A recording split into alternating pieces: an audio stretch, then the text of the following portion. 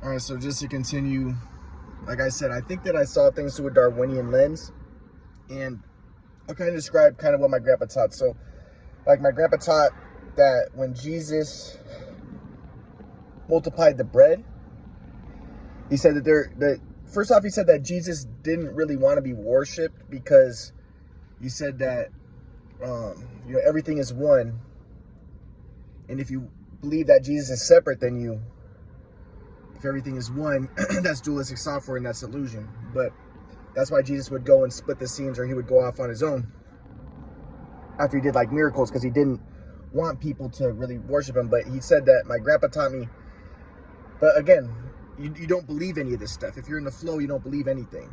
You're open to inspiration. But my grandpa taught me that that when Jesus multiplied the bread, he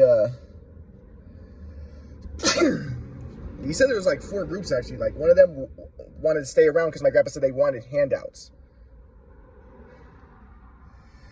My grandpa said they wanted handouts and stuff. And again,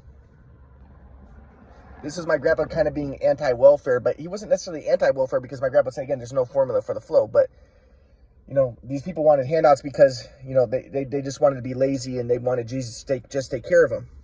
There's other people, I forget what the other people wanted, like, some people wanted power, some people wanted, afterlife assurance. But again, that's still focusing on saving the self, right? They want more shows, they want more spectacles from Jesus, right? And that's entertainment, and that's sense indulgence, right? And that's, the senses confirm the illusion that you're a separate self, and they don't actually see reality, right? That's why you want to transcend the self. Now I understand that, but at the time I didn't understand that. Now I understand it, but you want to transcend the self, because in the flow, you transcend experience-based thinking, and then you could get inspiration, because your experience is not reality, right? That's what my grandpa said, like, what happened to, like, Einstein. He said that he exhausted his resources, and he let go, and then he was open to an inspiration, a truth that defies logic. It defies rational thinking and experience-based thinking. A truth, because a truth is not centered around experience-based thinking. That's why you want to transcend thoughts, right? So, my grandpa's, he was telling me that, but Jesus, my grandpa said what Jesus really wanted, he didn't want people to, he didn't want to give out, he didn't want a social justice welfare gospel, where, you give to people because you want to be good so you can go to heaven, because that's still believing that you're a separate self. And my grandpa would say, what helps people is them getting a job and not necessarily you giving to them. Because if they get a job and they can transcend the self, they can expand their awareness, they can,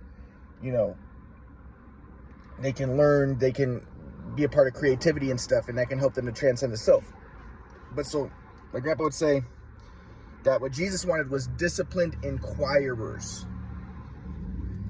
And that's what my grandpa said a disciple is. My grandpa, a disciple isn't a follower, because if you're a disciple just to follow, then again, that's self-confirmatory, and that's you believing that there's a separate self, that you're a separate self, and that there's a separate person that you're following. That's a disciple. But the real meaning of disciple is a disciplined inquirer, someone who's involved in inquiry, and inquiry is a step to self-transcendence and pure awareness and inspiration.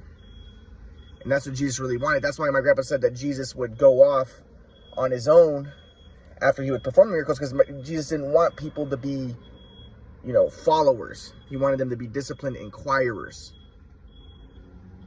Okay? So this is kind of something my grandpa was teaching me, but like I said, I didn't really understand it because he didn't teach me well. So I'll get to how I started to understand more of what he was teaching. But like I said, I still saw things in a Darwinian sense, and like the example of that would be like, again, the idea of physical cheating versus emotional cheating.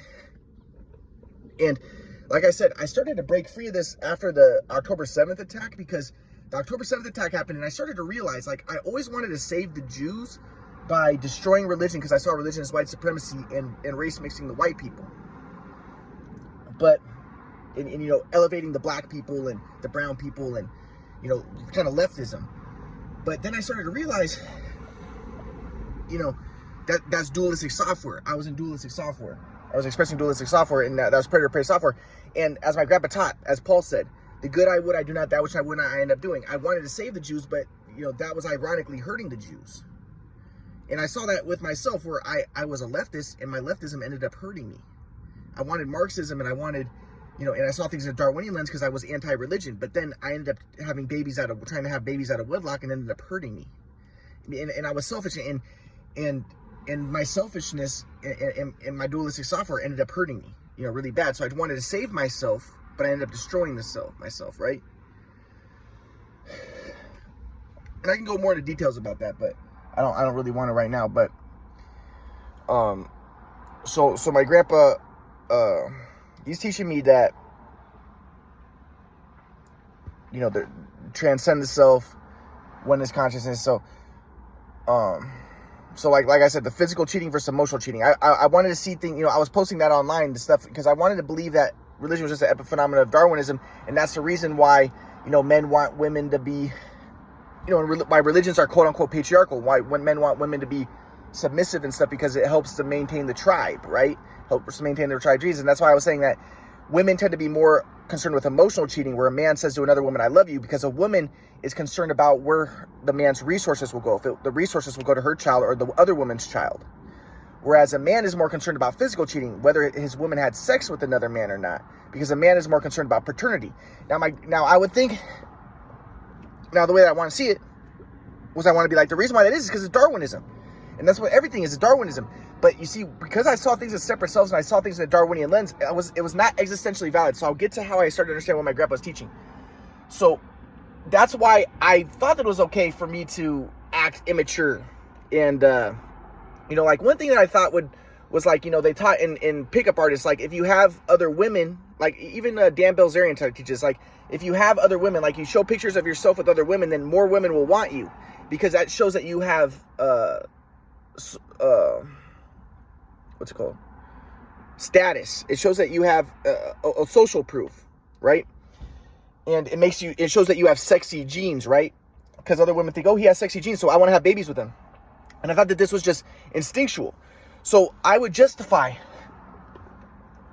know, I would want to justify acting like that so that you could have more babies, right?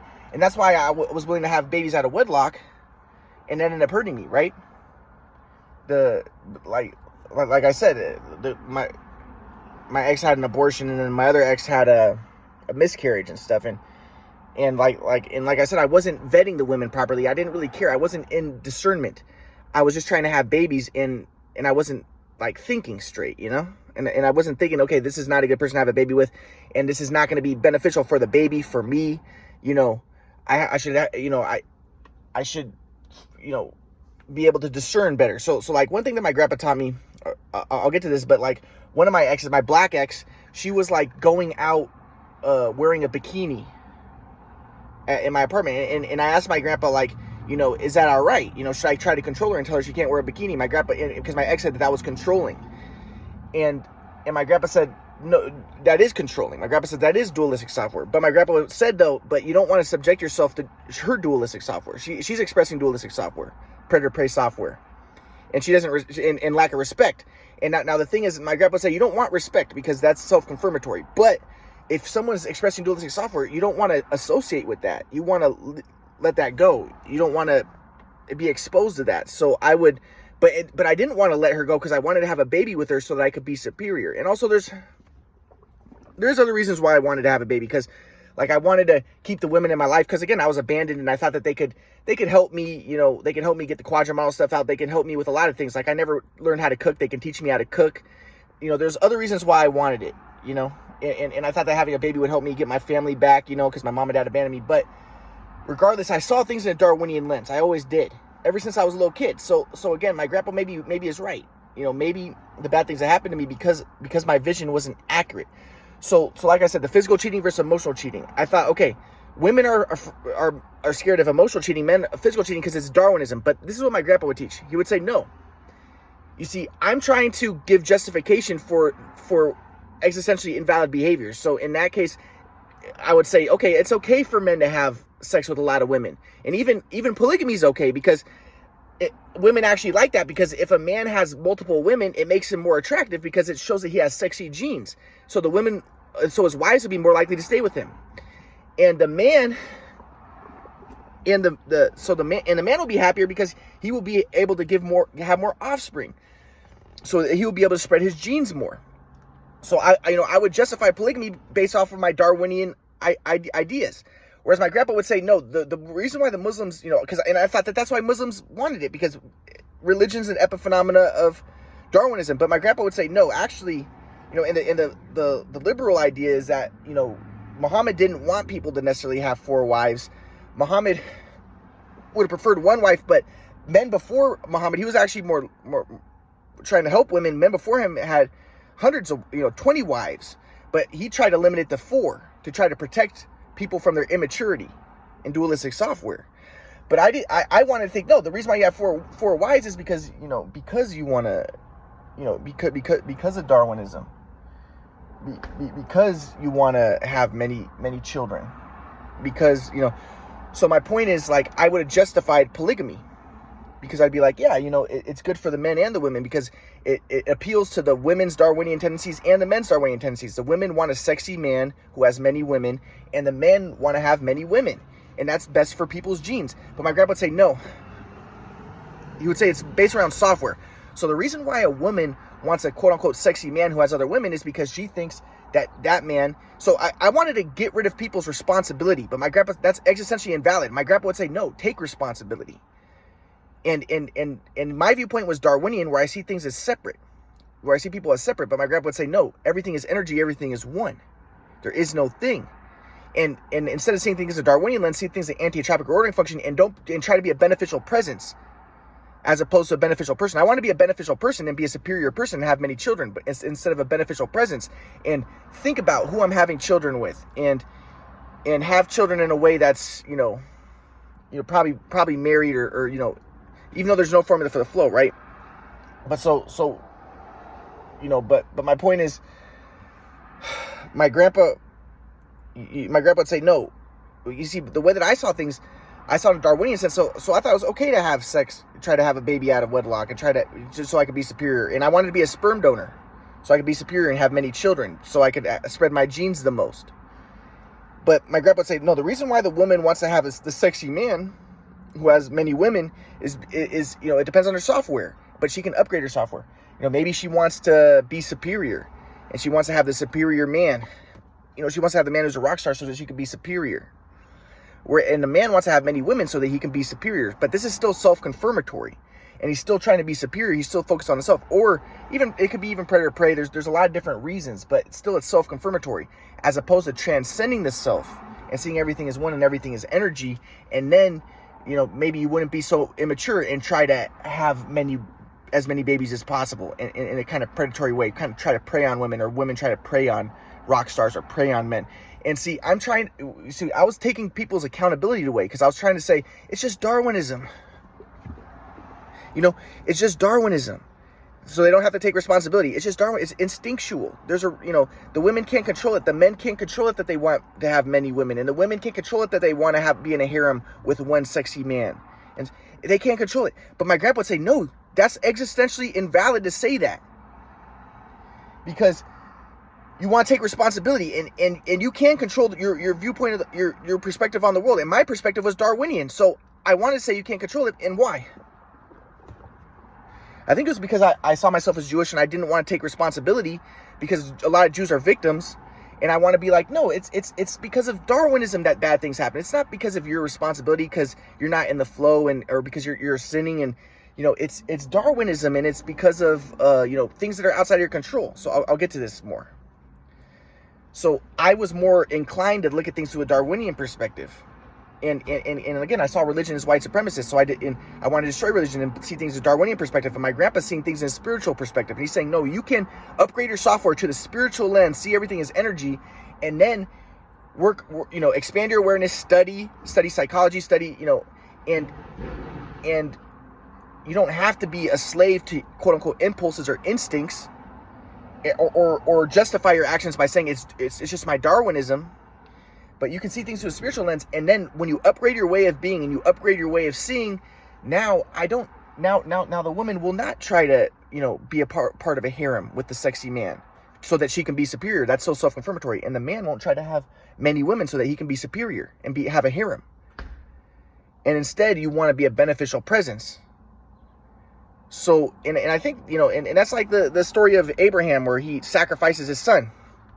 Maybe he broke free of the materialistic lens of trying to, be superior, which could end up destroying you. By his son. His son represents his genes. And he sacrificed his son, right? He was going to sacrifice him. And that was sacrificing that materialistic lens to a oneness consciousness, to seeing everything as one and everything as energy. And then ironically, after the sacrifice of his son, even though he didn't actually sacrifice him, God said, okay, now now you will actually live. And that's the idea that the good I would, I do not, that which I would not, I end up doing. You want to save yourself. And I wanted to save myself. I saw things through a materialistic Darwinian lens, and I ended up destroying myself, because I was trying to make things happen. It was my ego. I was stuck in the ego.